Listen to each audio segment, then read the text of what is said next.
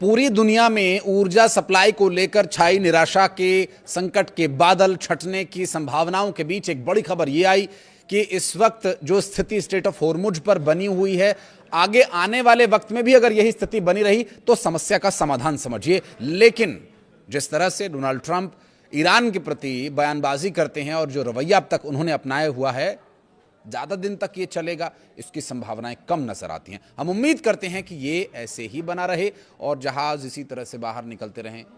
अब तक तो आप समझ ही गए होंगे कि स्ट्रेट ऑफ हॉर्मुज से आवागमन बहाल हो चुका है। नमस्कार, मैं हूं आशीष त्रिपाठी आपके साथ। और दुनिया के तेल सप्लाई की नस कहे जाने वाले स्ट्रेट ऑफ हॉर्मुज में बीते 24 घंटों में हलचल बढ़ती दिखाई दी। जहाजों की आवाजाही फिर से तेज हुई और दूसरी तरफ अमेरिका ने बीच समंदर में एक ईरानी झंडे वाले तेल टैंकर को रोककर उसका रास्ता बदलवा दिया। यानी एक तरफ रास्ता खुलता दिखा तो दूसरी तरफ नाकेबंदी की सख्ती बरकरार रही। सोशल मीडिया पर एक प्रतिक्रियाओं के दौर की अगर बात करें तो यहां एक पोस्ट आया जो काफी चर्चा में रहा। दरअसल रॉयटर्स और मरीन ट्रैफिक डेटा के हवाले से भी यह दावा किया गया स्ट्रेट ऑफ हॉर्मुज में कि अचानक जहाजों की आवाजाही बढ़ गई है और कई जहाज ईरान के ट्रैफिक लेन से गुजरते हुए दिखाई दिए। अब ये तेल बहाली दरअसल अमेरिका चाहता भी है कि नहीं? अमेरिका के रवैये से तो ये लगता है कि वो सिर्फ अपने तेल के जहाज या अपने जो उसके सपोर्टिव कंट्रीज हैं उन्हीं के तेल के जहाज को गुजरते हुए देखना चाहता है, बाकी किसी को नहीं। अब अमेरिका तो उन देश के जहाज़ों को रोक नहीं सकता। तो अमेरिका की कूटनीतिक जो छवि अब तक बनी है वो कुछ इस तरह से है कि वो चाहता है कि ईरान दुनिया के नज़र में ये देश आंख का कांटा बन जाए और वो बन जाए उस कांटे को निकालने वाले वैद्य। ऐसा भला होने वाला नहीं है। अमेरिका ये चाहता है कि जितने जहाज रुकें तो उन्हें यह प्रदर्शित किया जाए कि ये ईरान ने रोके हैं, और जितने जहाज निकलें उन्हें यह दिखाया जाए कि ये देखो अमेरिका ने ये जहाज निकलवाए हैं। अमेरिका चाहता नहीं है कि और देशों के जो तेल के जहाज हैं उन देशों तक पहुंचे, क्योंकि अगर वो सही समय पर ऊर्जा की सप्लाई होती रही तो अमेरिका को भला कौन पूछेगा। अमेरिका ये चाहता है कि तेल का पूरी दुनिया में नियंत्रण उन्हीं का हो। ये जो स्थिति है, अमेरिका अब खुल करके तो इस बारे में वो कह नहीं सकता। पहले यूरोप की उसने बुराई करी कि यूरोप हमारा साथ नहीं दे रहा हमारे ईरान पर हमले को लेकर के। फिर उसके बाद मिडिल ईस्ट में कई देशों ने उन पर दबाव बनाया। कतर और यूएई की तरफ से भी दबाव बनाया गया कि ईरान पर हमला मत करना, नहीं तो ये हमें बहुत मारेगा। और हमारे साथ बहुत बड़ी समस्या ये है कि हम अभी इस चीज़ के लिए तैयार नहीं है। देखिए, ये स्थिति और विस्तृत तरीके से मैं आपको समझाने की कोशिश करूंगा।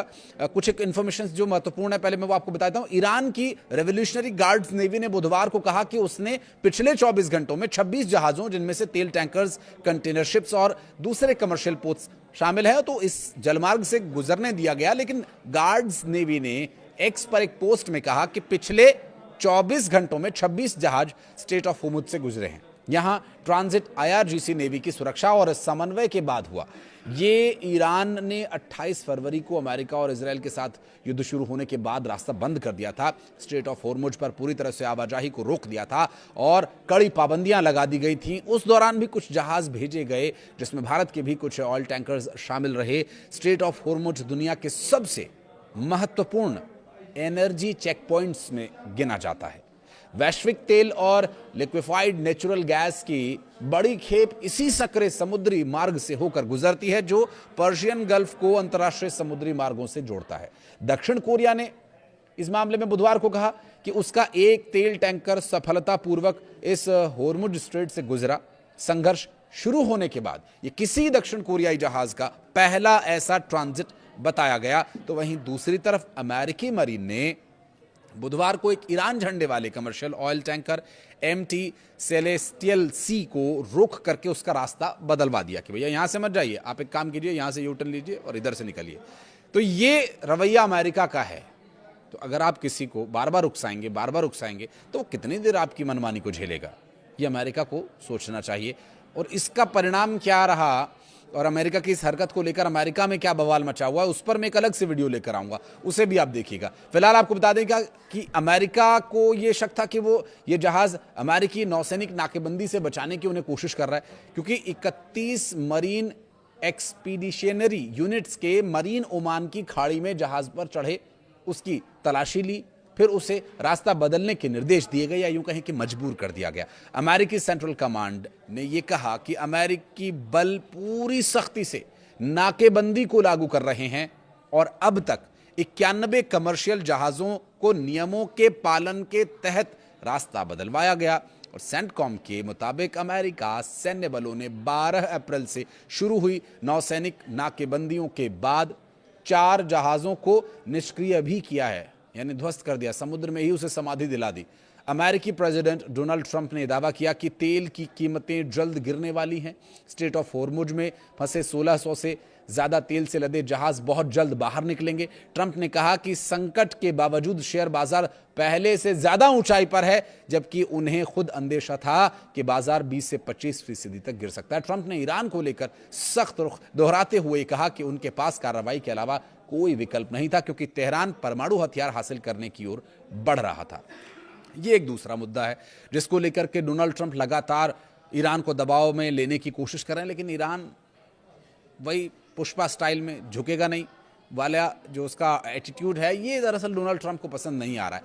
अब चूंकि ऊर्जा सप्लाई का संकट अगर पूरी दुनिया में बना रहेगा, और उससे ऊर्जा सप्लाई का संकट होना एक अलग बात है, लेकिन ऊर्जा सप्लाई के संकट की खबरों का फैलना ये एक दूसरे तरह से शेयर बाजार पर असर डालता है। तो ये जो दोनों बातें हैं, इन दोनों बातों को जोड़ते हुए अमेरिका के प्रेसिडेंट ये चाह रहे हैं कि पूरी दुनिया में उनकी वाहवाही हो जाए, हर कोई उनकी तारीफ करे कि क्या बात है, इतना युद्ध लड़ने के बाद भी शेयर बाजार कितने टॉप पर है।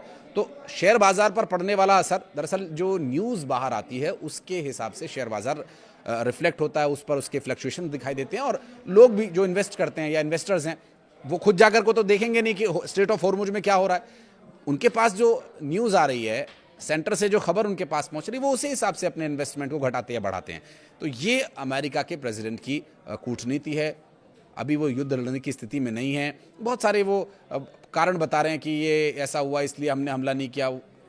एक और वीडियो में लेकर आता हूं उस पर भी, लेकिन फिलहाल जो एक और महत्वपूर्ण इंफॉर्मेशन है वो ये कि ईरान को परमाणु हथियार नहीं बनाने देने की जिद अमेरिका छोड़ नहीं रहा, और जल्द किसी न किसी तरह से ये जिद उसे छोड़नी होगी, अन्यथा युद्ध खत्म होने की परिस्थितियां फिलहाल बनती हुई नजर नहीं आ रही हैं। ईरान अपनी जगह यथावत डटा हुआ है। उसकी वही 5 बातें कि अमेरिका हमारे नुकसान की भरपाई करे, अमेरिका ने जो हम पर हमले किए हैं और जो प्रतिबंध लगाए हुए हैं उन्हें खत्म किया जाए, स्ट्रेट ऑफ हॉर्मुज पर से जो नियंत्रण का दावा किया जा रहा है उसे हटाया जाए, जो ठीकरी पहरा अमेरिका लगाए बैठा है उसको हटाया जाए। तो ये सारी बातें बार बार दोहराई जा रही हैं। वो ब्लूप्रिंट्स, मिसाइलों के, परमाणु हथियारों पर रोक, एनरिच्ड यूरेनियम छीन लेने वाली बात, इन्हीं सब बातों पर ईरान अडिग खड़ा है कि भैया ये हमारी सुरक्षा के 5-6 बिंदु हैं, इससे हम कोई समझौता नहीं करेंगे। ठीक है, लड़ लेंगे युद्ध, इतने दिनों से लड़ रहे हैं, कुछ और दिन सही। बहरहाल इस पूरे विषय को लेकर अगर आप कुछ कहना चाहें तो कमेंट सेक्शन में जरूर बताइएगा।